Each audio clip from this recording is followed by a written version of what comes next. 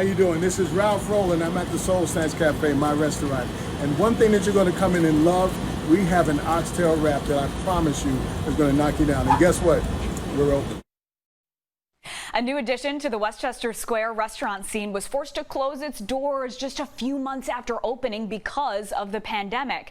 Now Soul Snacks Cafe is back in business and customers are wasting no time placing orders to get their fill. News 12's Amanda Bossard joins us now from East Tremont Avenue with more on what motivated that owner to reopen. Amanda.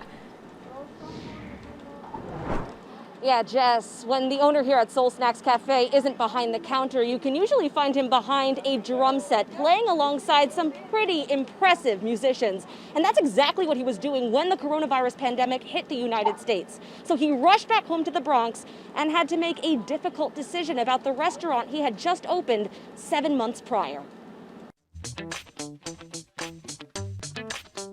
The man behind the now plastic-protected counter at Soul Snacks Cafe also works alongside some of the biggest names in music, and Ralph Roll was getting ready for another legendary performance when the coronavirus pandemic began. I play with Nile Rodgers and Chic. We're opening in Oklahoma City for Cher. And a news flash comes on. The sports world, like most of society, has been shut down. And that the NBA has ended their season. And the announcement came at the same arena that we were going to play the very next day. The next morning at 6 a.m. I was on a flight home, and I've been home ever since. Returning to his Bronx roots and the soul food restaurant he brought to Westchester Square last August, Roll made the tough decision to shut it down in late March, just months after the grand opening, prioritizing the health and safety of his staff and customers. It was very touch and go.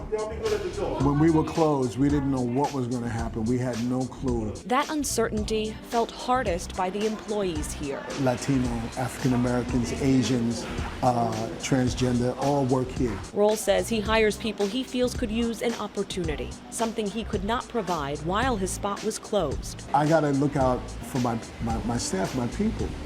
So that was a big motivation to be able to come back. About a month ago, the doors opened once again, with some new rules, of course. No eating inside, a limit on how many can enter, a partition separating staff from customers, and markings for social distancing while they wait, from the counter down East Tremont Avenue. Being quarantined and not able to get out, and then back to a place like this, it makes it even better. We're not making a whole lot right now because we've been closed.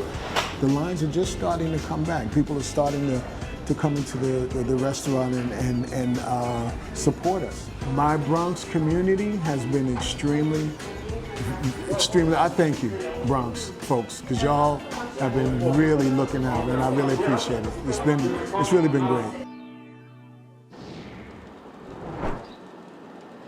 And before there was Soul Snacks Cafe, there was the Soul Snacks Cookie Company, also here in the Bronx. And unfortunately, because of the pandemic, production at that facility has also been put on hold. But Ralph tells me that he is working hard to get that kitchen back up and running so that customers can stop by here, get their fill, and then satisfy their sweet tooth as well.